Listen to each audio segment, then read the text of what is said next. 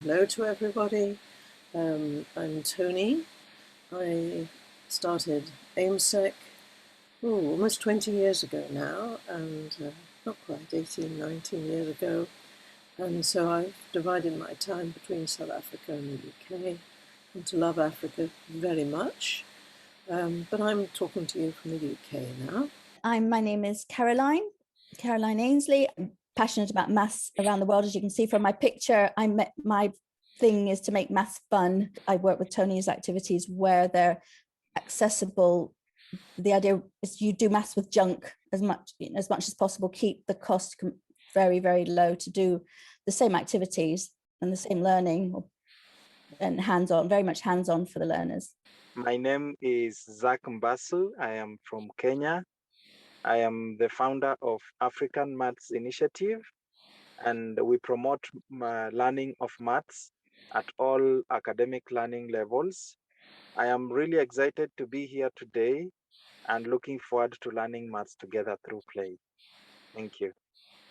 And Zach runs maths camps with a lot of other wonderful people for usually teenagers, 14 to 18-year-olds, Zach, in many different African countries. How many countries have you run your camps in now? Which ones?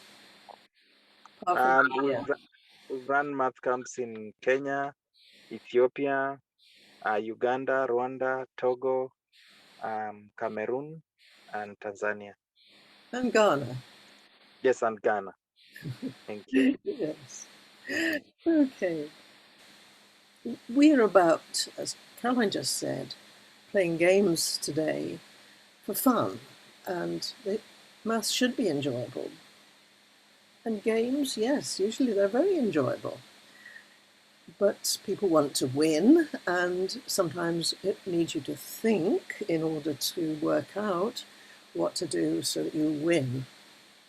That way, playing these games, you'll find you're learning some mathematics. So the maths that's involved today is going to improve knowledge and understanding. When you do it, well, you probably got a very good knowledge and understanding yourself. But when you play these games with young people, with their children, and with your students at home if you like, or in school, they're going to develop number sense. They're going to get better at estimating numbers and calculations, doing mental maths. They'll understand the operations of addition, subtraction, multiplication and division a bit better. And they'll have a better idea of probability. Now, this is a learning spiral. What we're encouraging is lifelong learning, from tiny children right through life. And what makes my life exciting, I enjoy learning even at my advanced age. Okay, I expect to learn something new almost every day. So what you see there is a learning spiral for the school, from when the children arrive in school and until they leave, and then there's a sort of springboard for life, and we hope to equip young people for skills and knowledge and understanding they need to thrive in the world. So the preparation for playing these games in school with other people, for you to play them, is to have a spinner or some cards so that you can generate random numbers, real random digits. We'll come to that in a few minutes. But you don't need anything today but pencil and paper. And we're going to start with spin high, spin low, and there you'll see the games from the lowest level, the easier ones, up and up. The game of integers is the hardest one, if you like, for older people, and that's the program for today. You're going to play the games. Everybody is going to play, and it's going to be just writing something down on paper. Please do take pictures of what you're doing as you go and put them on the WhatsApp group later. That would be wonderful to share that with people.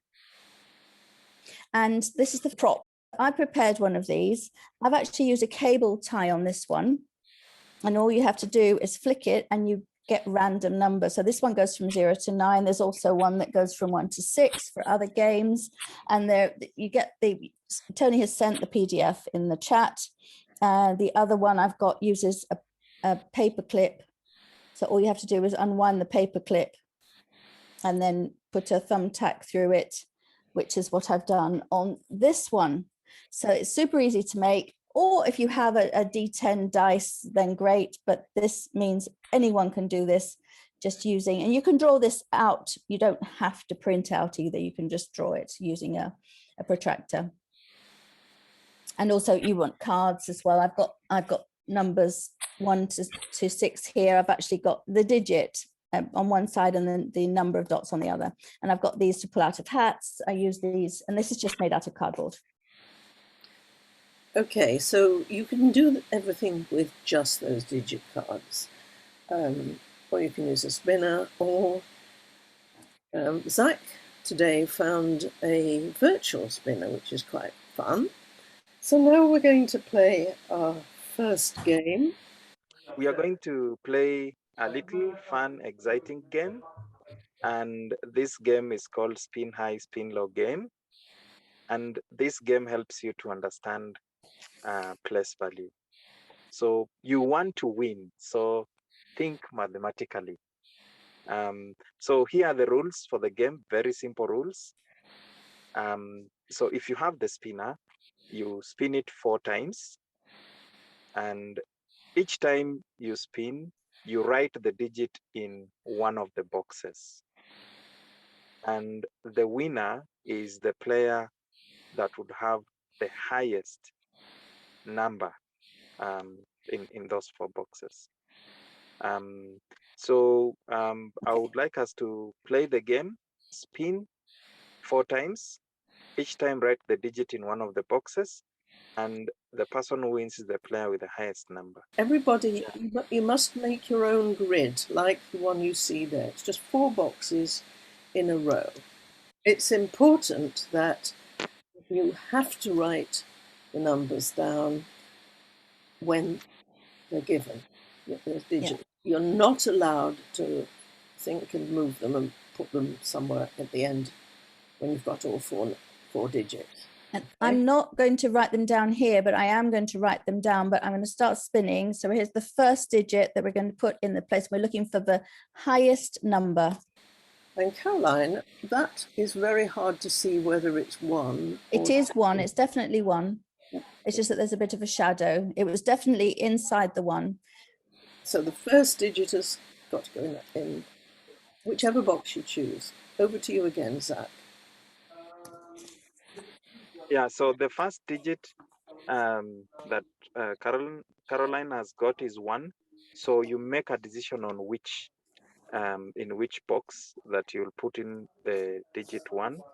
And we will allow Caroline again to spin so that we get the second digit. Caroline, do you want to spin again? Okay, well, let's do it properly. Well, that's better. Oh, it's still the same. The result is the same. I'm just moving it to the middle so you can see clearly which one it is. And I'll just put a line under there as well. Which number is that, Caroline? It's number 9. So I know where that's 9. Going on my grid. 9, great.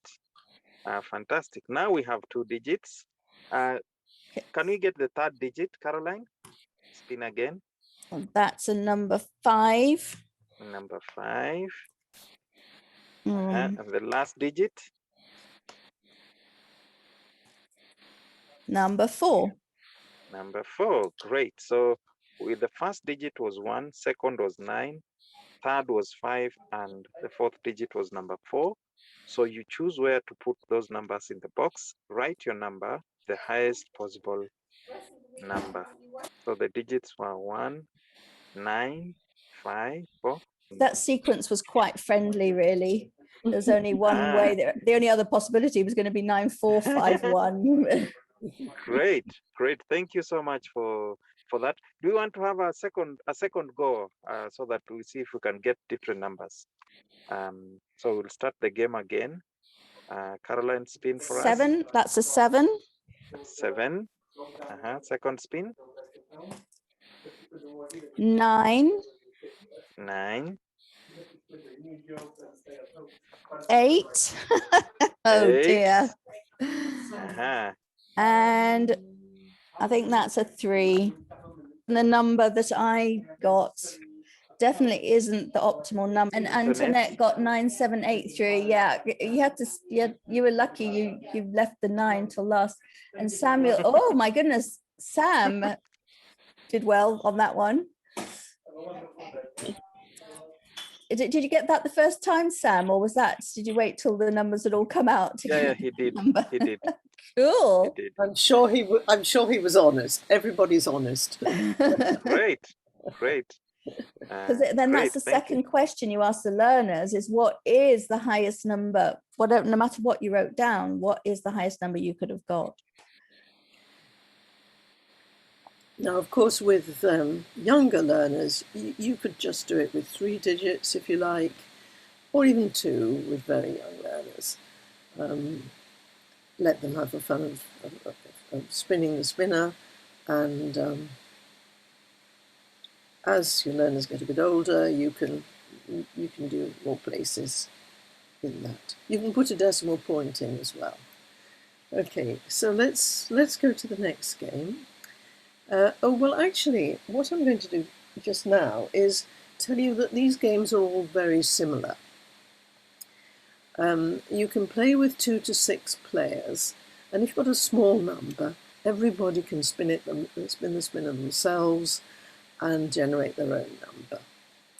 Or you can have as many people as you like, and then everybody plays individually, but only one person now does the spinning, as you saw Caroline did that last time. And if we'd had 100 people involved, it wouldn't have mattered. Everybody would have been competing against everybody else.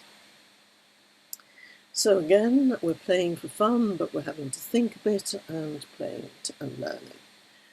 And the game that we just played, the spin high, spin low, is something that you can play with all ages together. So that's a good starter for all ages. And then you can go on to some more subtle, more demanding games that you have to think about a bit more. So as we said, you're going to develop understanding of those operations and of probability, and the skills, number sense, mental maths, and estimation. So they're all similar. All these games are similar. You decide on the rules. Each player draws a grid according to the chosen rules. Then one person spins or chooses a card giving a random digit, 0 to 9. Players write that digit in one of the boxes in their grid, and when written down, it can't be changed. And then you repeat steps 3 and 4 until all the boxes in the grid have been filled, and the player or player, or maybe more than one, closest to the target wins.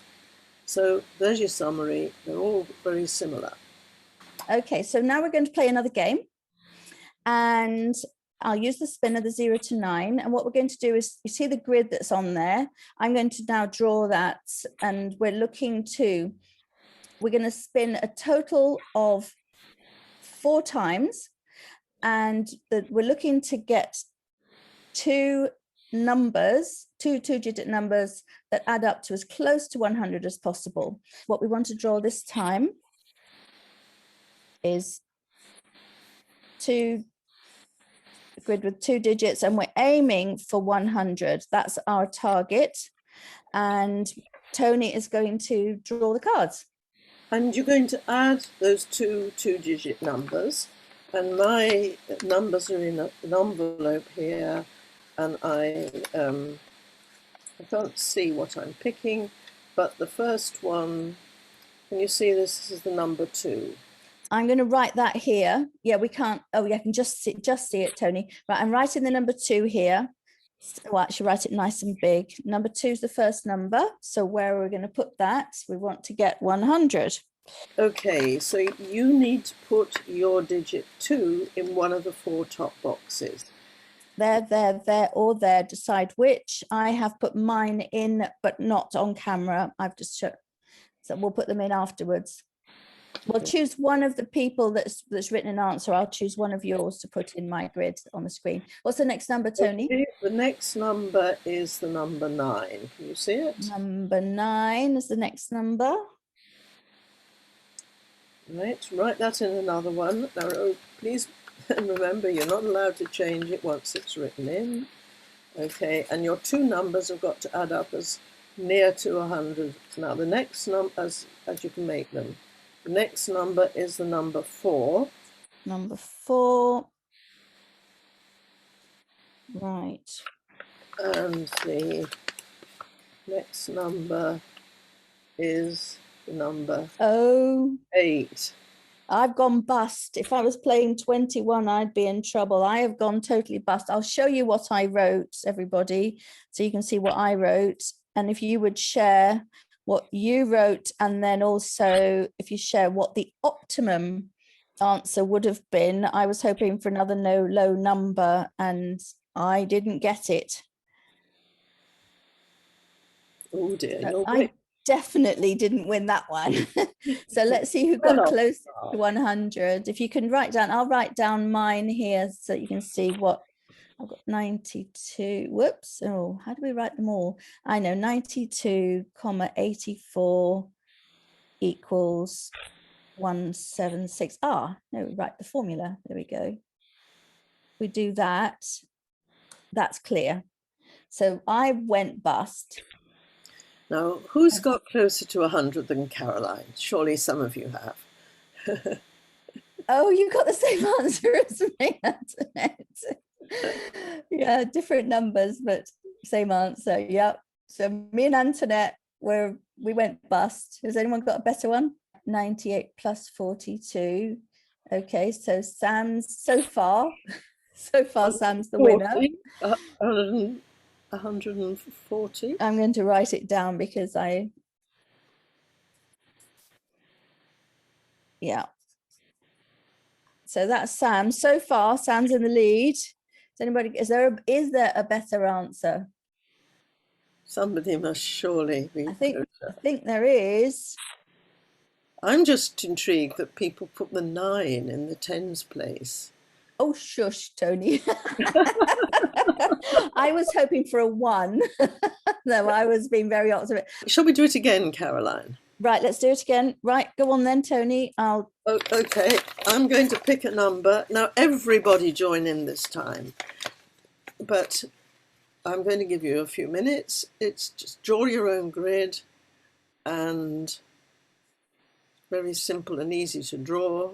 Right, I'll write in the numbers. What's our first number, Tony? Has everybody got their grid ready? Right. Well, I've drawn mine in the time, so everyone. Please join in. So the first one is a 2. 2. Right, I'm drawing mine over here. The second number is an 8. The third number is that way up, it's a 6. And the last number is a 9. Ooh. Now, who's going to be nearest to 100 with this?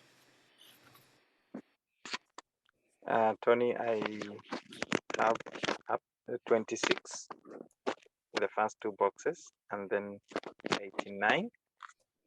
Okay, hold on. Let me type it in. Hold on one second. I was just putting mine in. So this is Zach, right? Yes. Zach has, which is, tell me again. 26. 26. Then 89. 89, which equals? That gives me 115. 115. So far, Zach is the winner. I managed to get to 124. Zach managed 115. Ooh! Antoinette got 97. Antoinette's definitely in the lead there. And that's another thing to point out to the young learners, especially, that doesn't have to be, it's the closest to 100. It could be higher or lower than 100. And at a certain age, that isn't obvious. which is this is a nice way to get clear on that. Also, it's also a nice way to get clear on what happens when you go over 100, that initial barrier of going over 100. Now, obviously, there's a bit more calculation involved now than there was with the spin high, spin low game. And you want your learners to tell you the difference. Here are the rules for it. You've got to choose the best place for each digit, close to the target. And this is a little bit different. And Zach and Caroline and I are going to play this. It's a game for many players, and it's called a chain game. So what you do is somebody starts it off, and then you have to respond to the person who's just said the number, and the number you give with their number has got to add up to 100. Well, what we'd like you to do, though, is we'd like you to put in any two-digit number in the chat, and Tony, Zach, and I will make that number up to 100, but we're going to use your numbers, so we need you to put numbers in the chat. Okay, so let's make sure everybody understands. Supposing we started at 37, then the next player would say 63, because 63 added to 37 makes 100. And they can give any number they like, any two-digit number following, okay? And so they give 77, let's say, and then the next person gives 23 and decides to hand on the number 15, and the next person, so 15, 85 plus 15 is 100, and then the number they hand on is 54. So, and it can go on round the class. Now, everyone can play as quickly as possible, and there's an optional rule which the players win a point if they spot a mistake and lose a point if they make a mistake. So that's rather a good one in a lesson, because that means that all the learners will be paying attention, because if they spot a mistake, they're going to win a point. And if somebody else makes a mistake, then they immediately say, hello, it's a mistake, and they win a point. And people lose a point if they make a mistake. So, Tony, do you get a point if you get the answer right as well? Or is it only the people that spot mistakes? No, you just make a point. I mean, it's just a game where it's not a highly competitive game, but you go around the class and you go around fairly quickly, and the pairs of numbers we've described how they link together. Okay, so that could also mean that in this particular case, if you spot a mistake, everyone that's participating, go ahead and say it, and you'll get a point too. I've got the visualizer set up here for Tony, Zach, and myself, but we can add people to it. We've got plenty of width here if anybody else wants to see if they score a point, if they spot a mistake, or if Tony, Zach, and I make a mistake, which I am very likely to. Well, so we are asking you to write a two-digit number in the chat. We'll use your numbers if we see them in the chat. Otherwise, we'll just make up numbers as we go along. Okay. So if you could please write a two-digit number, that would be really lovely. We know that you're there then. We know you're out. We know you're out there. Okay. Tony, your name's first on my list. So would you like to start? Okay. Well, I'm going to start with your number 28.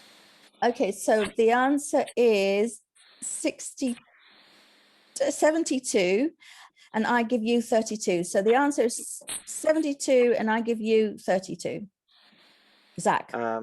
Yep, thanks. The answer is 68 and I give you 17. And the answer is 83 and I give you 85, Caroline. The answer is 15 and I'm going to give you 66, Zach. The answer is 34 and I give you 41.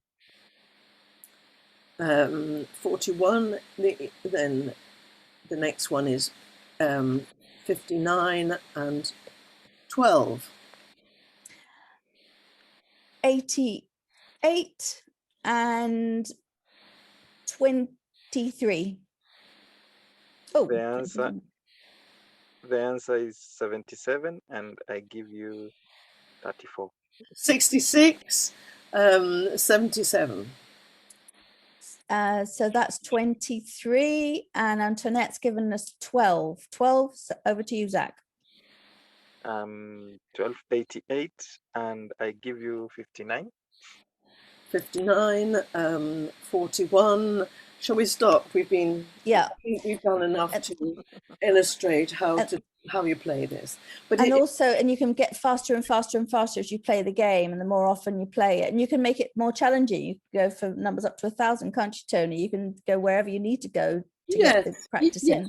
Yes, you can have pairs of numbers that add to 1,000 if you like. Yes, and it's just another way of practicing mental arithmetic and doing it in a fun way. And what we're suggesting is, if you're a teacher, that you just start your lesson with 4 or 5 minutes of a game. Not every lesson, but at least once a week, and just very short time, and the children will get a lot of benefit out of it. And I was going to say, for early years as well, you can start with numbers up to 10. So number bonding to 10 or 15 or 20. You can make it numbers that are relevant to the attainment levels of your learners. Absolutely, yes. There's a lot of just one more thing to add, that like with that game, I see like students' thinking becomes apparent through their decisions and answers and the actions they make during the game. So as an instructor, you have the opportunity to carry out a diagnostic assessment of learning in a threatening situation when another learner spots a mistake and so forth. And even if it takes, what Zach says is really very important. Even if a learner's quite slow and it takes them a long time to get the answer, even to get it right, you can, that's something as a teacher that helps you. You're making a diagnostic assessment there, and you're thinking, well, how can I help this learner? Okay, so we're going to move on to similar game to the one we've just played, which was target 100. This is target 1,000. So over to you, Zach. Thank you. So we are going to have another fun game, target 1,000 addition, and this is a game for the whole class. And I'll just give you the instructions, and then we'll have a go at playing the game. So again, if you have a spinner or a random number generator or a dice, you'll need that to generate the numbers. And the second instruction is that each player draws an addition grid like the one shown, and then spin the spinner, and all players must write the digit in one of the top 9 boxes that are bolded there. And once a number is written, this is very important, once a number is written, it cannot be changed. You can't write a number in this box and then rub and then change to the other box. And then once you write that number, you repeat generating the numbers 8 more times until you fill all the 9 boxes at the top. And then after that, you are going to add up the three three-digit numbers, and the player with the total closest to 1,000 wins, just like we played the so I'll give you time again to draw. I can see Caroline has already drawn the box. Zach, would you like me to do the virtual spinner this time, Zach? We've had the spinner, Caroline spinner. We've had the card. Shall I try the virtual spinner? Let me see. Yeah. If you could share your screen. Oh, that would be great. Yeah. Yes. So it should be coming up now. Okay. Yeah. Now, can you see it? Yes, we can see it. Okay, so I yeah. hope everybody has drawn the grid. The grid is just the three-digit numbers. So you've got three, and 3 boxes to write your numbers in. I've got it. I've spotlighted it on. If you look at my screen, you can see it on my screen. So we still got that, and now I'm going to record the numbers as they come out as well. Right. Great. So this is the first number.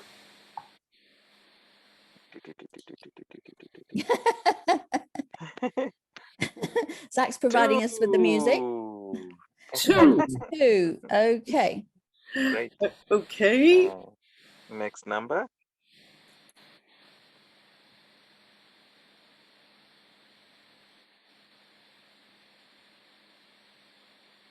8. 8. Next spin.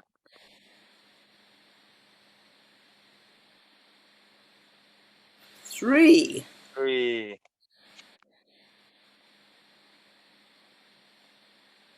4. This is the fourth number. Yeah. Fourth number. 2. 2. The fifth number.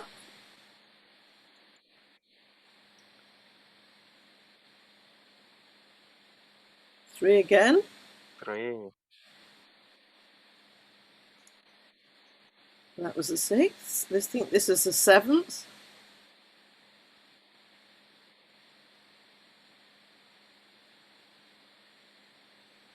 5. I hope you're all writing them in your boxes. Right.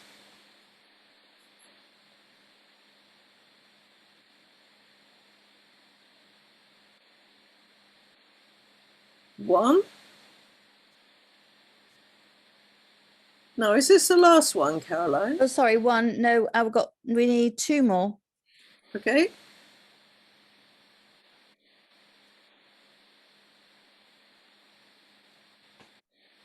2 again. Oh, another 2. 2 keeps coming up, doesn't it? Oh, Yeah. difficult decisions.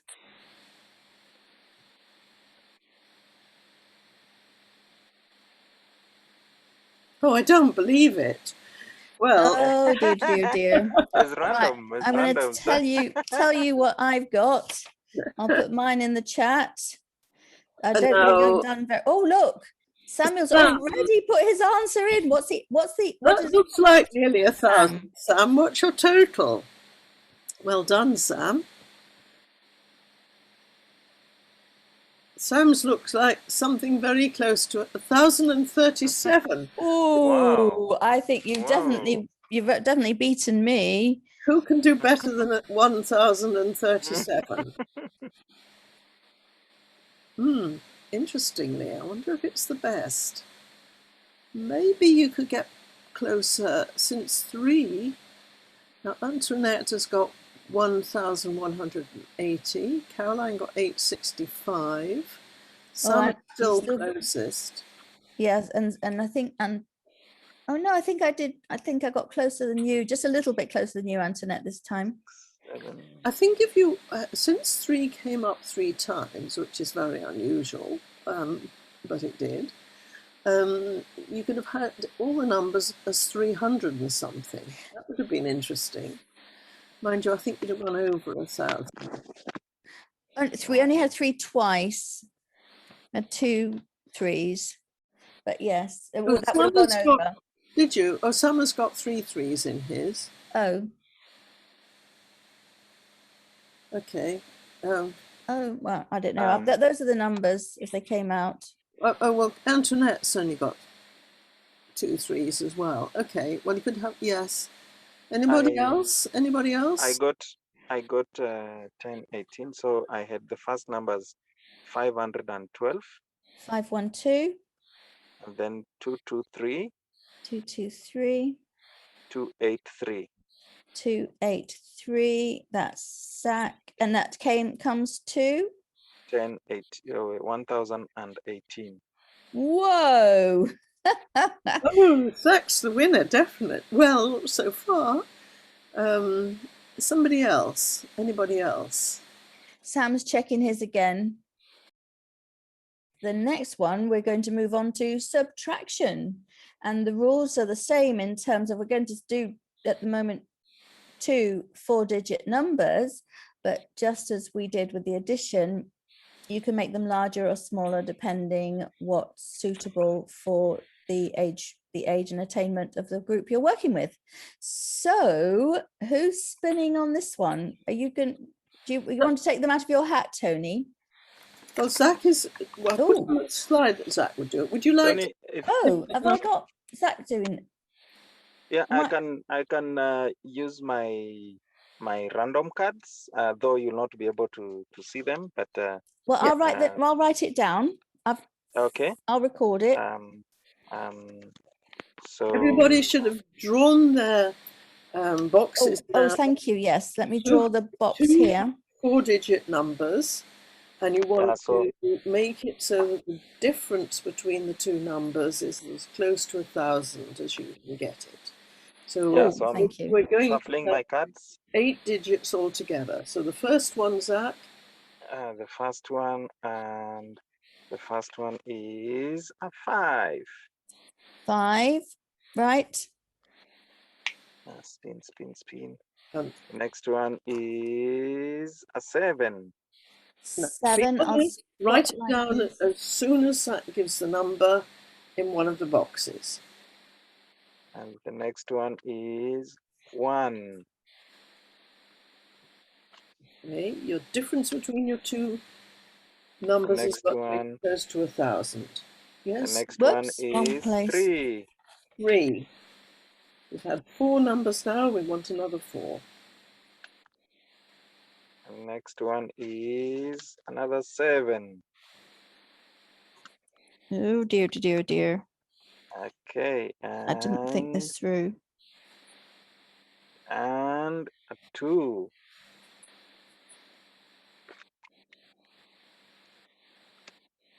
Those are 6, right? That's 6, yeah.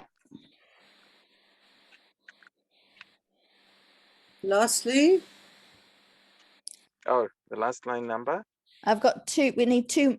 We need 2 more numbers. We've had 5, 7, 1, 3, 7, 2, 6. Oh, we had 6, sorry. So one more. One more.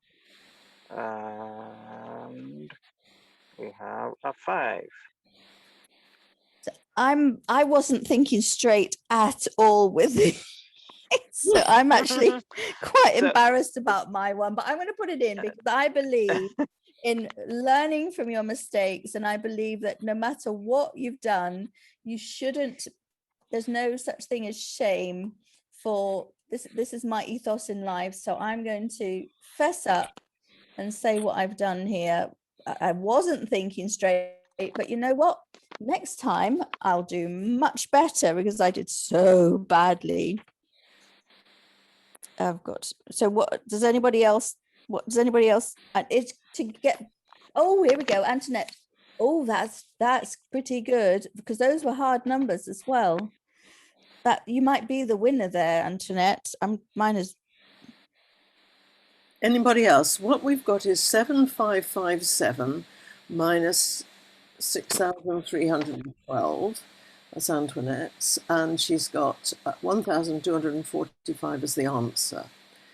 Caroline, well, you're not that far off, Caroline, with 796. No, that's true. That's 204 away, and you're better than Antoinette's because she got 245 away from 1,000. So Caroline's was 6,527 minus 5,731. So she didn't need to apologise for that at all. Anybody else? Actually, that's a good point. On this one, we also want to know what the difference is to get to 1,000, high or low. It's obvious with Antoinette, it's not obvious with mine. Oh. Okay, so Sam's got 7,123 minus 5,765. So he's even further away. He's more than 350 away from 1,000. Well, I don't think we need to repeat the game. I think we can go on to target multiplication. which is the next one. And you'll see that these games are very similar. And whatever you're teaching your class, whatever they're supposed to be practicing, the arithmetic they're supposed to be able to do, this is a fun way to practice it. Now, here, this one is a 3-digit number multiplied by a 1-digit number. So you make your grid, draw your grid exactly as you see it on the screen. A 3-digit number multiplied by a 1-digit number, and underneath the boxes with the dots around them, where you're going to put the answer when you've done the calculation. So the game then is very similar to the other games. You've got to choose the best place to put each digit to get the product as close to 1,000 as possible, and put the digits in and don't change them once you've written them. Caroline, will you spin here and see tell us what the first number is? Right, I'm going to use my spinner, and the first number is 7. I'm also writing it on the board. The next number is 0. Oh, the next number is also 0. Where are you going to put those? If the next number is also 0, we're in big trouble. The next number is... I'm a bit... You'll have to spin again, Caroline, because this won't work. Sorry? You can't have 4 zeros. No, we don't have 4 zeros. We have... well, we could have... There's no reason why we couldn't have... Well, if we had 4 zeros, Caroline, we'd almost certainly get the answer 0. Yeah, exactly. But we don't. The last number is 7. Okay. So we're fine. Well, so we had so where did you put the numbers? So we could either have 700 times 7. I assume you wouldn't have put the naught as the number that you're multiplying by. 700 times 7 is going to be 4,900, so it's going to be a bit too big. We're trying to get near 1,000. Do you want to spin again? Let's have another go. And give us a chance to get it somewhere near 1,000 at least, because there was no chance of getting near 1,000 with that one. Right. So we've got a 3. Just slow down a bit, Caroline. Everybody's got to draw it again. Okay, that's true. I've already got mine drawn. Okay, I know what I'm going to do. The next one.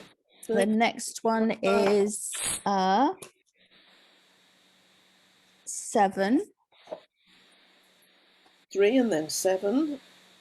And the next one, Caroline.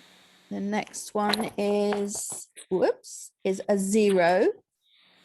And the next one. Okay, and the last digit is 9. Oh dear, dear, dear. Oh dear. I went bust again. Oh dear, Well, dear, dear. I think quite a lot of people will have probably got 370 times 9. I actually think that probably we shouldn't. I've just learnt something, Caroline. I think probably this game is better played if we don't have any zeros in it. Okay. But we won't do it this time. Well, so you can just, if you're using the spinner, you could either make it a 1 to 9 spinner, or simply if you spin to 0, just spin again. Or, well, don't use a spinner, just use cards. Or just use cards. Yeah. So if you had 370 times 9, that would be what is it? 970 times 3, that's even bigger.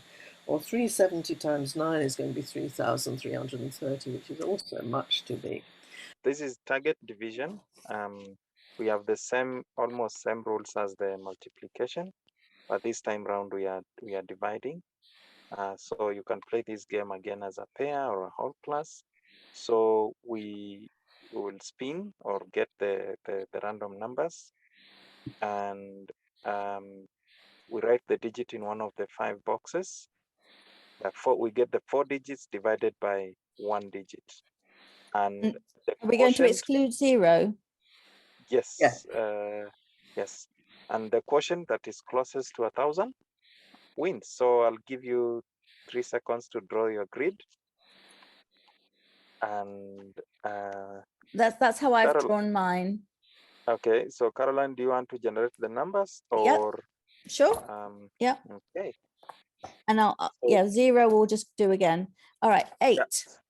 Yeah. So as we generate the numbers, as Carol generates the numbers, choose the best place to put each digit to get the quotient close to target 1,000. So the first number is 8. 8. Generate another one again.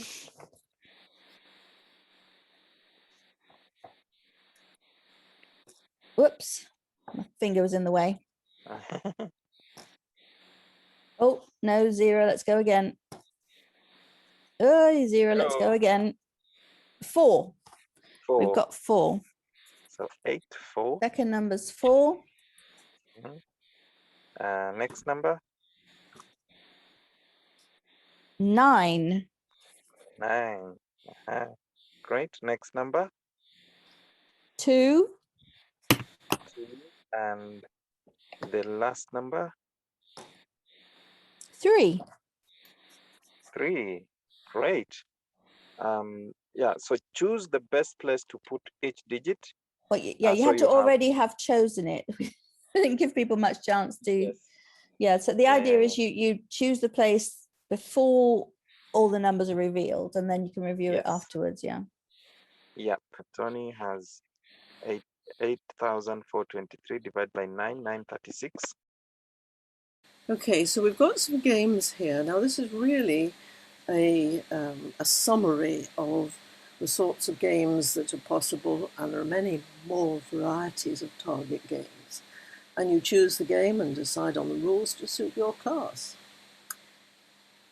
You play different games as lesson starters, or during the lesson if you like, but they make quite good lesson starters for just a few minutes at the beginning of the lesson. And you could use them to review and reinforce the maths you teach. So it can be either reviewing it or practicing it. Look at this last game here. This is a summary of the different sorts of games, and you can play with a decimal point. So we've been playing with whole numbers so far, but there's no reason why we shouldn't involve calculations with decimals. So the next one, over to you, Zach. This is target 4x2 division. This is similar to the previous division, target division, but this time round, we are going to divide 4 digits by 2 digits. And in order to win, you have to be nearest to 100. The quotient has to be nearest to 100. The first number is 4. Spinning again. Spin. The next number, oh my goodness, it's 4 again. It's 4 again. Resume.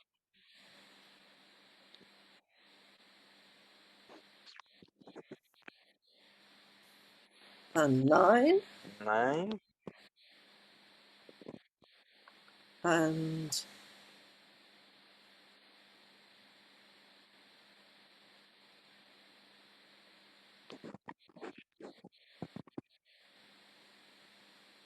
7. Now we've got 4 digits divided by 2 digits, so we need 2 more digits. Yeah.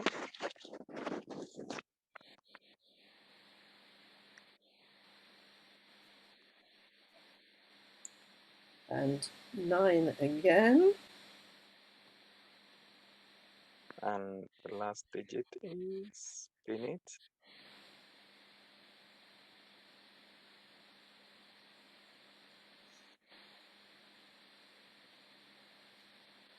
At 2. So Antoinette has 312 point something. Sam 99974 by 42. I didn't get Tony close. has 106. Wow, that's So close.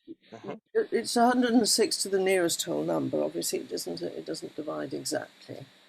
We just rounded it to the nearest whole number. Yeah, I think that is a nice way of integrating rounding into something real. So we have to have integers. So round it. We have to round it. So they've got to decide: is it 237.47? Is that 237 or 238? We decided we wouldn't play this game, and we just want to introduce it to you because we're now we're going to be in the realm of big numbers. It's hard to think about these big numbers. What do they really mean? A million, a billion. How big is a billion? How many people would that be? How much space would they fill if they were standing fairly close together or even socially distanced? How much could you buy with $500,000? So this was a $500,000 game, and you play it just like the other games, but it's really a doorway into the idea of big numbers. The question is, if you have been alive for 1,000,000 seconds, how many birthdays have you had? If you've been alive for 1,000,000 seconds, how many birthdays have you had? Can they use a calculator, Tony? Well, they can use a calculator, they can try and do it as mental arithmetic, they can do estimation. Yeah. There's various ways to do this. It's not a very hard calculation, actually. How many minutes? I'm going to pretend that I'm 5 and you've said 1,000,000 seconds. So I'm going to say 100 million, because that's the sort of thing a 5-year-old might say. And I'm just, here we go. We've got some. Antoinette's really thought about it. I'm pretending I'm 5. Antoinette, 12 birthdays. Oh, this is a good time to do the reverse, Antoinette, to take what you've done and reverse it to check your answer.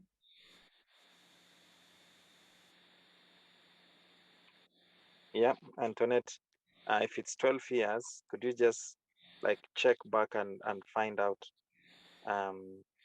by getting maybe how many days are those and how many hours are those and then how many minutes and then how many seconds, just to double check that. So what I would say if I was doing my workshop, I would say, Sam, just come up with something, anything. What Caroline was saying is give an answer, because you're committing yourself there, you're sort of getting involved, and if you don't get involved, you won't learn anything. If you have been alive for 1,000,000 seconds, how many birthdays have you had? What you meant is that you've not had any birthdays. So if you've been alive for 1,000,000 seconds, and we're just basically trying to get how long is 1,000,000 seconds. So the first thing maybe is we want to try and get like how many minutes is 1,000,000 seconds. So we are going to divide that by 60. And if we do a quickest division, that will give us 16,666.6 recurring minutes. And when we convert that again, those minutes into hours, we divide by 60.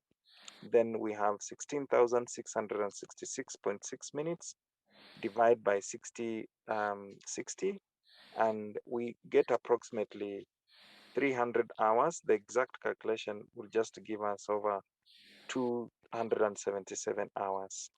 277 hours, again, we convert that into days. So we divide that by 24 hours, and that gives us less than 12 days.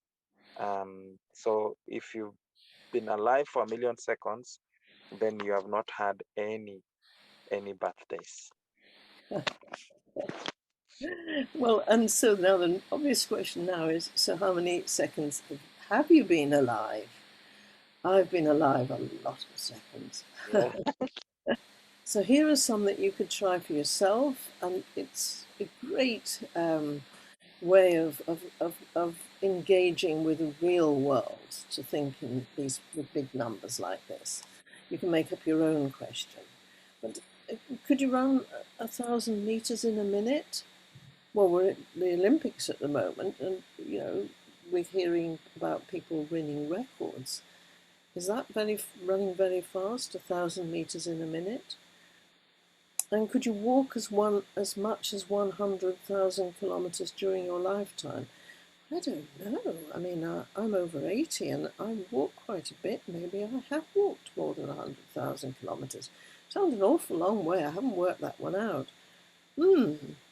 Could 1,000... I like the 100,000 kilometers, because you'll then have the discussion. Is it 100,000 kilometers or 100,000 meters? No, it's 100,000 kilometers. Well, yes, but the question will, again, with the younger learners, making that distinction can be a bit of a challenge sometimes as they learn it. So it's a nice place to solidify that. And of course, the best thing to do then is to think of your village or your town or your school, and somewhere that their children know that's about 1 kilometre away. And so that gives them an idea of how long is a kilometre, how long does it take to walk 1 kilometre. Maybe they walk many kilometres to school. A lot of children do. The next one is, could 1,000 drink cans fit into a cubic metre? Caroline, in her show, she does how many people can fit into a cubic metre. How long would it take to count to 1,000,000? And do human beings live as long as 1,000,000 hours? Well, we had 1,000,000 seconds just now. What about 1,000,000 hours? And another one I like with the counting to 1,000,000 is that, do you actually have to count to 1,000,000 to time it? Or is there a way you can do it where you are making a calculation? It gets quite sophisticated, so you can have a deep conversation about how long it would take to count to 1,000,000. So what year was it 1 billion minutes ago? And now we have something quite complicated. I don't think we've got anybody in the United States at the moment, but billion is different in the United States from what it is in the UK and Europe. So, and I think Africa goes along with the UK idea of 1 billion. I'd just rather talk about hundreds of millions or thousands of millions, because I think we get quite confused when we start talking about billions and trillions. Now the last one, could you eat exactly 1 metric ton, that's 1,000 kilograms of food in a year, without getting either very thin or very fat? And then I like the follow-on question, is very much real life, is if you can eat 1,000 kilograms of food, what kind of food would be best to eat? And what kind of food would be really, are there different types of food where the answer could be yes for one and no for another? Again, a very real life conversation going on here, including the concept of health. Exactly. So it's really important that in school, the lessons get related to the real world, and here's one way of doing it. And go to the Aiming High website, the thousands and millions. You'll find the answers there. You'll find some ideas for teaching. You'll find more questions and more about this whole thing about big numbers. Now, nasty games. Nasty games. So we're going to play a nasty game in a minute. So it's exactly the same as the target games, except there's different rule now. You can change the rules. This time, when there's a number, you can choose to keep your digit, or you can spoil your opponent's chances by putting that digit in one of his cells or her cells in her number. So you can give it to your opponent and tell them which cell to put it in. And the game becomes even nastier when you play with more than 2 people. Now, the opposite is a cooperative game. So here, you can play with a group of people and there's no winner here. Absolutely no idea of a winner. The whole point is, are you a good team player? Is everybody a good team player? So each time a number crops up, you look at the grids for the other people and you've decided in advance which person's grid is going to be the winner, which is going to be the second, and the next one, the third, fourth, however many people you've got involved, and you work together in your team, and each time a number comes up, you decide whose cells the digit should be placed in and where amongst the cells. Zach and I are going to play the nasty game. Would you like to do a random generation, Tony? I can do that, yes. Now, And so we're aiming for the highest. It doesn't matter what we're aiming for, but are we aiming for the highest number in this instance? This is the nasty game, and we're only going to pick 3 digits, 6 digits altogether. And when it's Zach's turn, he can either decide to put it in one of his boxes or in one of Caroline's boxes. And similarly, Caroline, they both be nice or nasty, as they choose to be. Probably the whole thing is to be nasty here.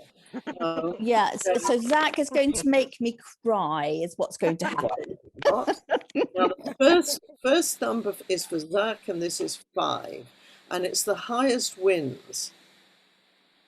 Okay. 5. 5. Did you say 5, Tony?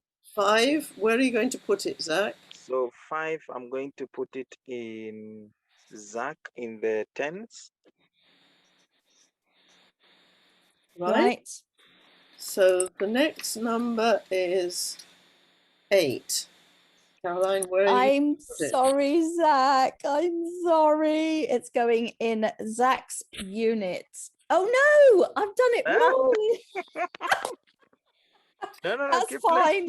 That's fine. It's fortuitous for Zach that I got muddled up and I should have put it in. The next number is 1. You're trying to be nasty to me. And yeah, that's what I get. To him. The next number's 1. I'm that's going to put Zach. So in Caroline's, in units. I deserved that because I thought I was when we did the rehearsal, by the way, I completely kiboshed Zach. So I really Caroline, Caroline, the thing is that I think we were not very clear about whether we're going to do highest or lowest. Okay, so the next one is 6. Is it Caroline's turn, is it? Where are you going to pick Caroline? Well, Zach has 1, so we're going for the highest number. So I'm going to hope for something slightly higher than 6, so I can at least get round to 2. Well, maybe. Okay, so the next number, Zach, where are you going to put the 7? In Caroline's. What tens? Yes. Oh, thank you. So there's only one place. There's only one place for the next number, which is another 7 again. Okay, there you go, Zach. You won, because I think when we in the rehearsal, I think we went for the lowest number, which is why I did that. I think we did actually. You were thinking of that, and that just goes to show that you have to listen to the question. How many times do we say that? I'm very, very sorry about that. I feel better actually, Zach, because I completely sabotaged Zach last time, so I feel better now. I'll still pick the cards, but we're going to go now as cooperative. So, Zach, would you like to choose first? We want to be cooperative here, and we want to see if we can get them in this order. Okay, 3 is the first number. So 3 is the first number. So in the middle, and in the ones. Units, okay. The next one, Caroline, you decide to put where this is. This is 6. Ooh, I'm going to put it in the highest in tenths. I'm going to put the next number, which is 4. I'm going to put it in the lowest in the hundredths. And Zach, the next number is 5. 5, I'll put it in the highest in the hundreds.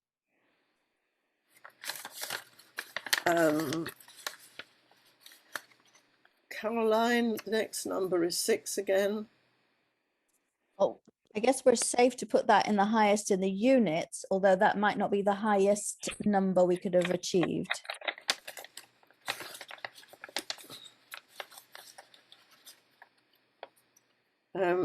For me, it's the 7. Now, obviously, I'm not going to put it in the units there, but I'm going to put it in the middle, in the tenths in the middle number.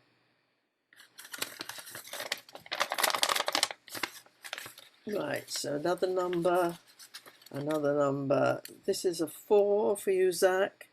Okay, a 4 in the lowest tens.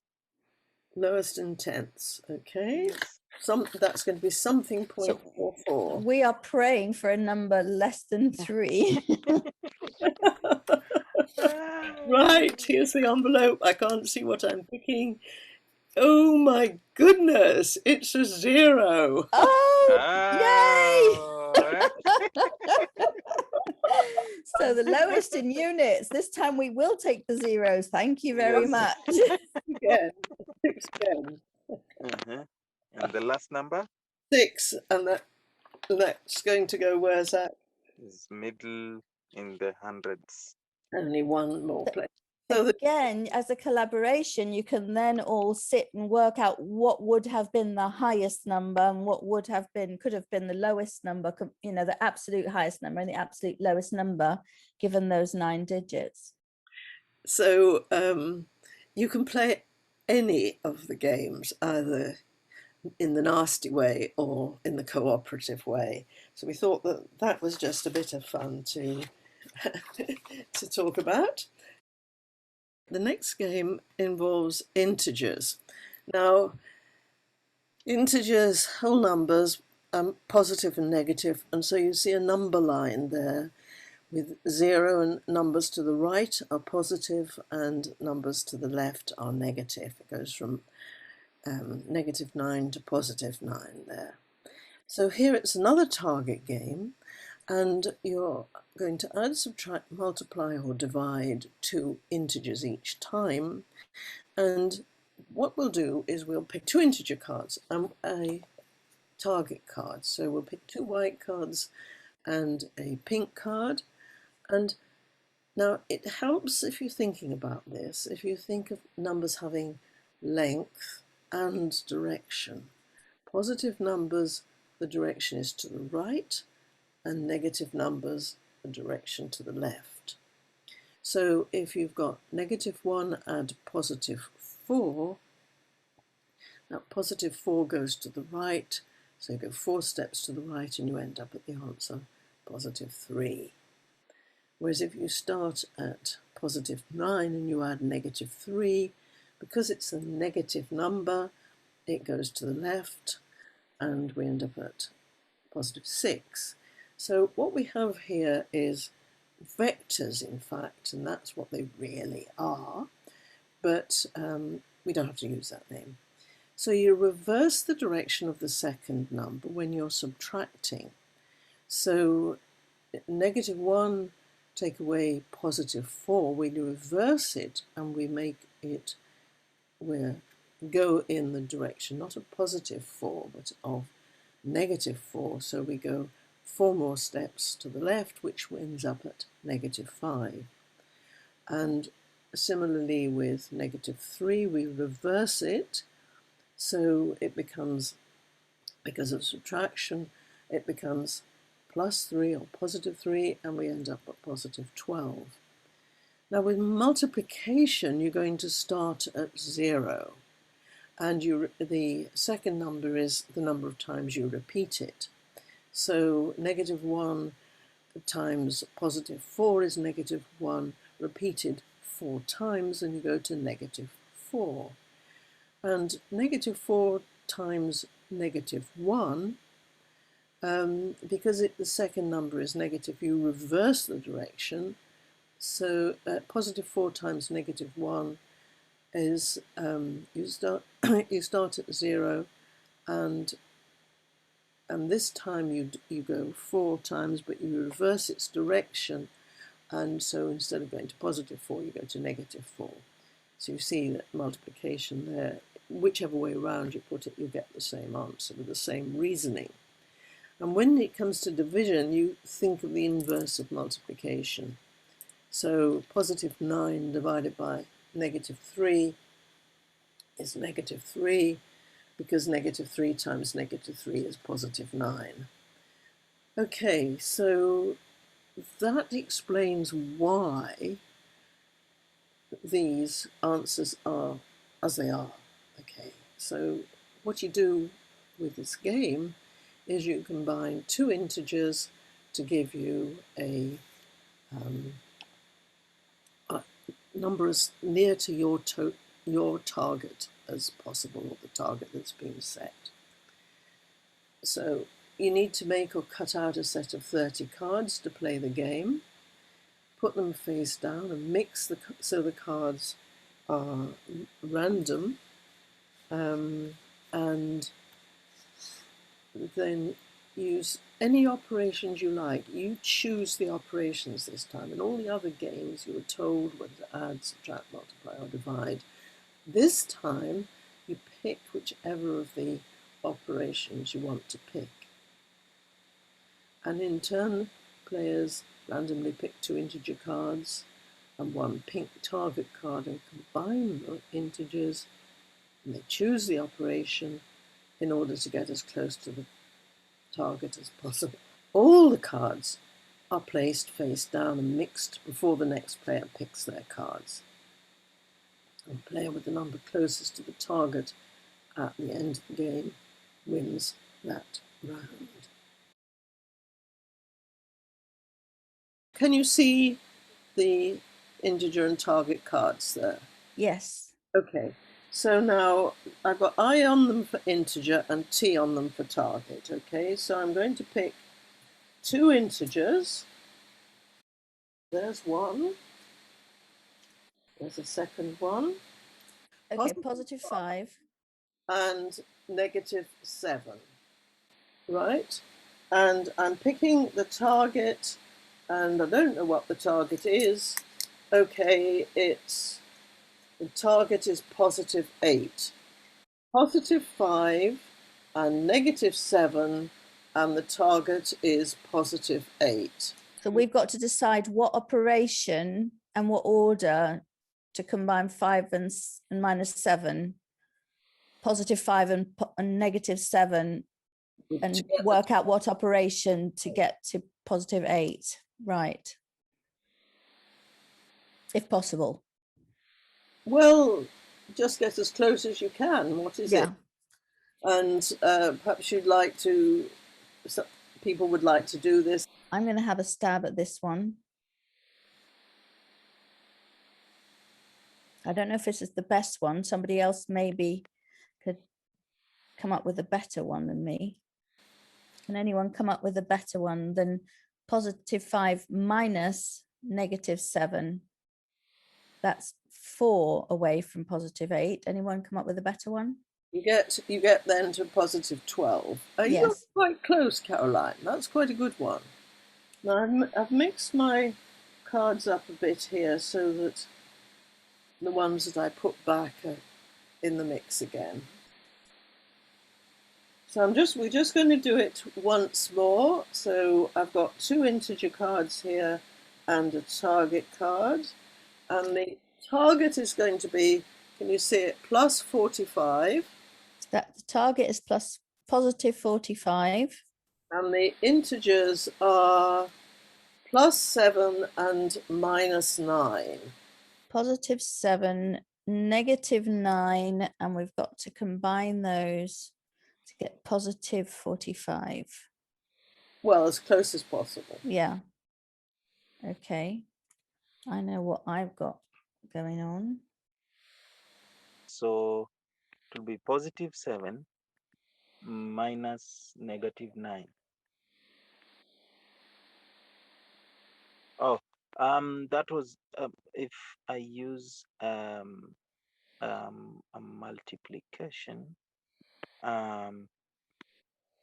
But that's what I'm aiming for. Tony, can we change the can we add a negative for the minus 9 so that we can effectively do positive 7 times positive 9? Can we do that?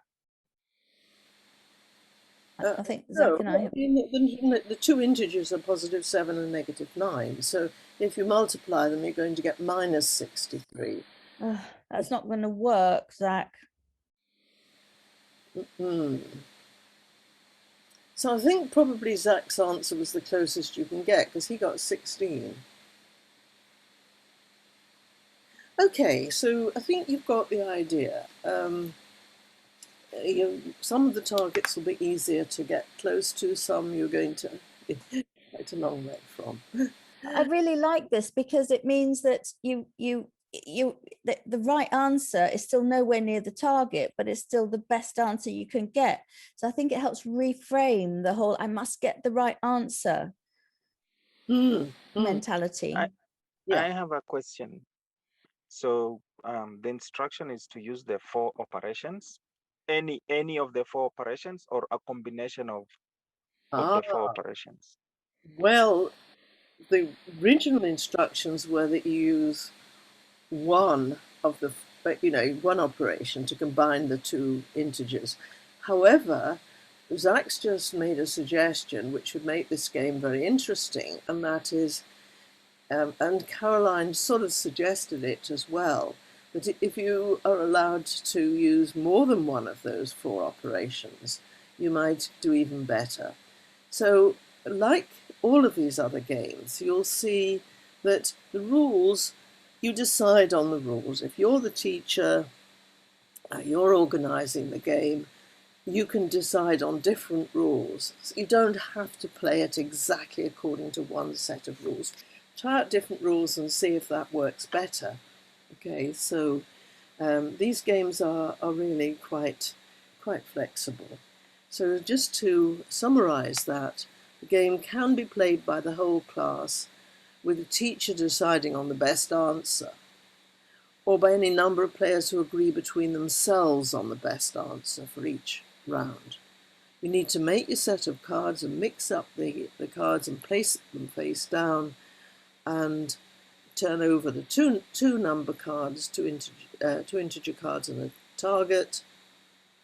All the players must write down the 2 numbers and choose an operation to combine them to get as near to the target as possible. And then the players check their answers and record the scores. The aim is to get as close to the target as possible. You score 5 points if you hit the target, and if nobody hits the target, getting nearest to the target, you score 2 points, and the first person to 20 points win the game. Okay.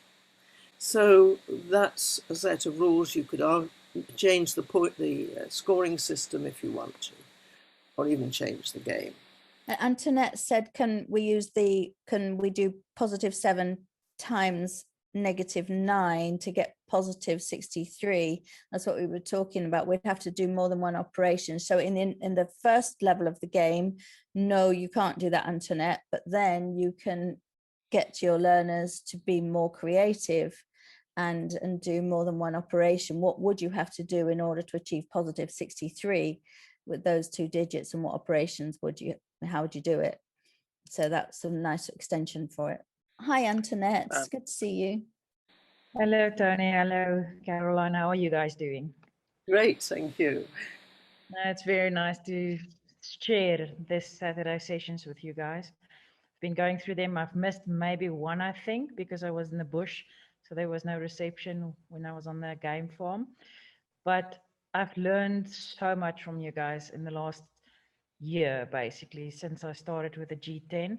And I've been applying a lot of your information and your games and your sessions with my students. I've been, um, well, I call your paper sticks Mhm. things that I build with the children now.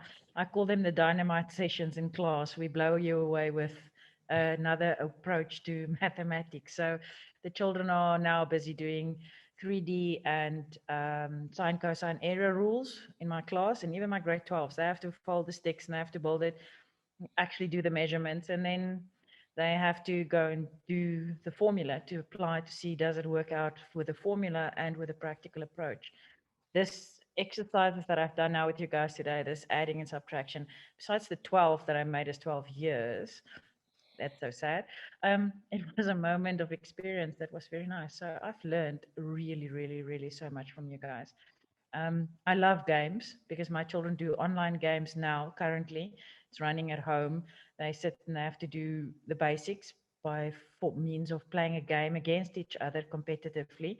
It's called quizzes, and so they get to play games because I like games. And now all of these other practical approaches is giving me something new to play with, because it's nice to know that there's so much more that you can use from just scrap paper and a piece of rope, for example.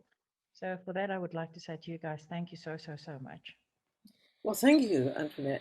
But Antoinette, you teach senior phase, do you? Yes, I do 11, the FET phase, the Oh, 10, 11s, and FET. 12s. Well, okay. Well, if you teach, that's really interesting because a lot of people would say, "Oh, these games are younger learners." Well, they're fine, but you wouldn't play them with 16 to 18-year-olds. But you're talking about 16 to 18-year-olds, aren't you? Yes, yes, Mm. So yeah, I think, like you, that practical maths is good for all ages, you know. yes, And even if I'm teaching university students occasionally, undergraduates, I would use um, some practical approach to a subject.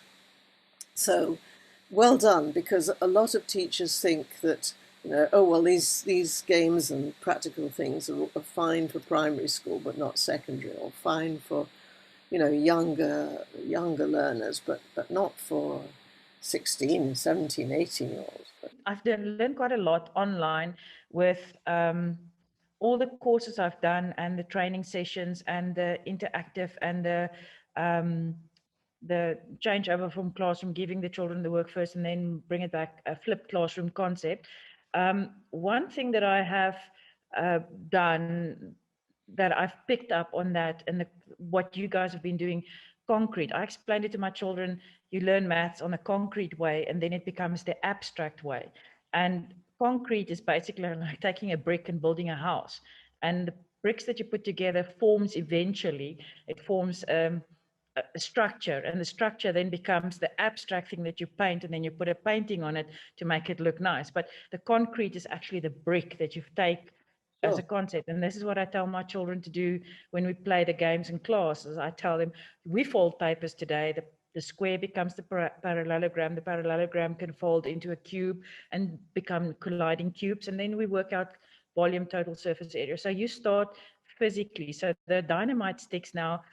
So I benched a movie called whatever series that called Game of Thrones. I've never watched it before. And then this week after marking matric papers, I decided, let me just sit and watch it. And then I decided, okay, my dynamite sticks becomes the story of you blow up stuff to get to stuff to become the king of something, but you have to build something. So I use movie references a lot, and then I use all your concrete setups. So the children are building the bricks in order to build a structure to understand the abstract of the whole concept of the thing that they do. So for me, that is why I say everything becomes together like a puzzle. but the concrete that you guys are giving is the basic foundation. And because our children of today, the primary school ones, don't play with figures anymore. They don't work with shapes anymore. They're already starting with abstract concepts of maths. So they don't really see the picture.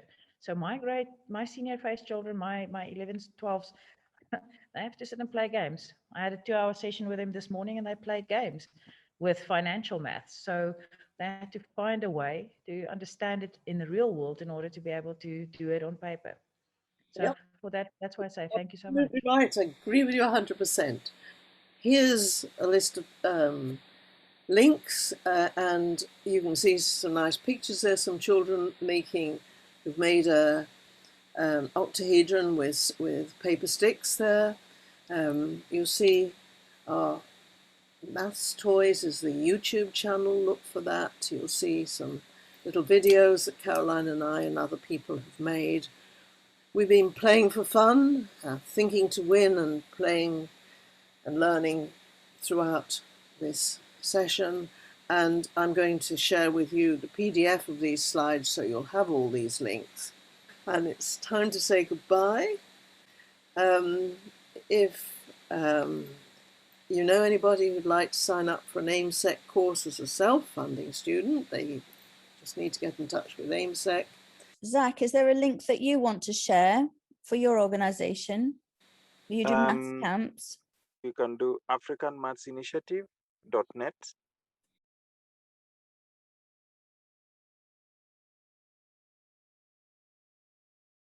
They have a Facebook page as well, don't you, Zach? That's yes. Yep. Mm-hmm. Search on Facebook. So Zach told us he is, I encouraged him to talk about the maths camps, and well, one of these days, Zach, maybe you'd like to run a maths camp in South Africa. Yeah, sure. The maths camps are really to encourage children to